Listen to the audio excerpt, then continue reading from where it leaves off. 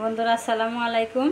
আমি আজকে কিছু কামরাঙ্গা নিছি। এই কামরাঙ্গাগুলো আমি আজকে আচার বানাবো। এই কামরাঙ্গা দিয়ে আমি আজকে টক ঝাল মিষ্টি আচার বানাবো। তাহলে কামরাঙ্গাটা আমি কেটে নেই, তারপরে আবার দেখাই। আর সবাই আমার পাশে থাকবেন, আমার ভিডিওটা সম্পূর্ণ দেখবেন, লাইক কমেন্ট শেয়ার করবেন, পাশে থাকবেন। আমি এখন কামরাঙ্গাগুলো কেটে নেব। এই যে এইভাবে আমি শিরগুলো ফেলে দেব। এখন এইভাবে লম্বা করে কাটবো। এই যে এরকম করে এই মাঝখানে এই আটিটা ফেলে দেবো।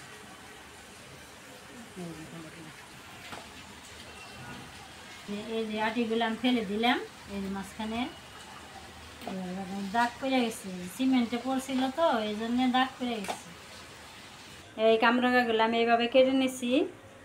এখন আমি কিভাবে আচার বানাই সবাইরে দেখাবো। সবাই আমার পাশে থাকবেন। কামরাঙ্গাটা আমি একটু ভাপ দিয়ে নিছি, কারণ টক রস আছে, ওই টক রসটা আমি ফেলে দিছি। এখন আমি আচার বানাবো। আমার আচারে দেওয়ার জন্য আমি এই 5 ফোড়নটি আগে ভাজে নিলাম।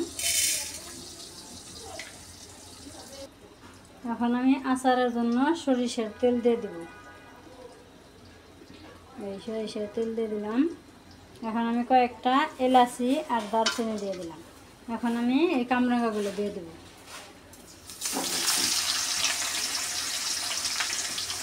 একটু ভাপ দিয়ে নিছি, এই জন্য কালারটা অনেক সুন্দর হয়েছে। ভাপ না দিলে কষ থাকতো, কষের জন্য কালো হয়ে যেত। এখন আমি লবণ দিয়ে দেবো। এই জন্য টক জিনিস, এই জন্য একটু বেশি লবণ লাগবে। আর আমি লাল চিনি দিয়ে বানাবো। আমি এখানে লাল চিনি নিচ্ছি, এই লাল চিনিগুলো দিয়ে দেবো। এই শুকনো মরিচ আর 5 ফোড়নটা নেই। তারপর আমার আচার প্রায় হয়ে গেছে।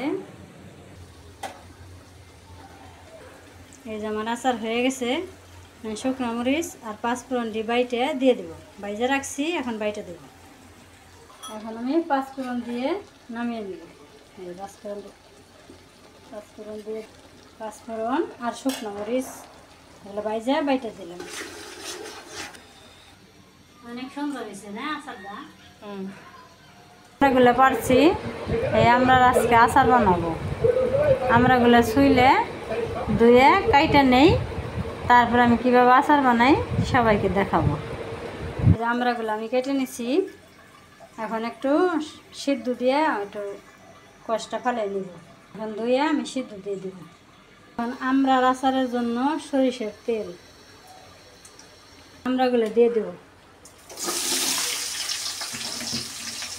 এখানে চিনি নিছি, লাল চিনি, এই চিনিগুলো দিয়ে দেবো। লবণ দিয়ে দেবো। এখন একটু এলাচি আর দারচিনি দিয়ে দিলাম। আমার আচার হয়ে গেছে। এখন আমি 5 ফোড়ন দিয়ে নামিয়ে নেব।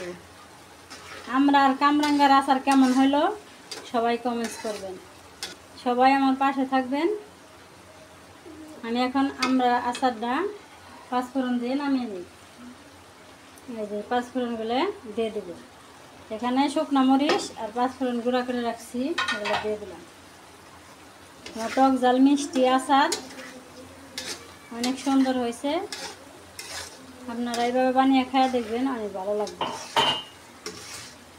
এখন নামিয়ে নেই, বয়মে বইরা পরে আবার আপনাদের দেখাবো।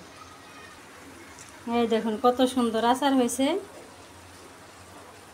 যারা কষ্ট করে ভিডিওটা দেখলেন সবাই ভালো থাকবেন, সুস্থ থাকবেন। সবার সুস্বাস্থ্য কামনা করছি। আল্লাহ হাফেজ। এই আমার আচার হয়ে গেছে।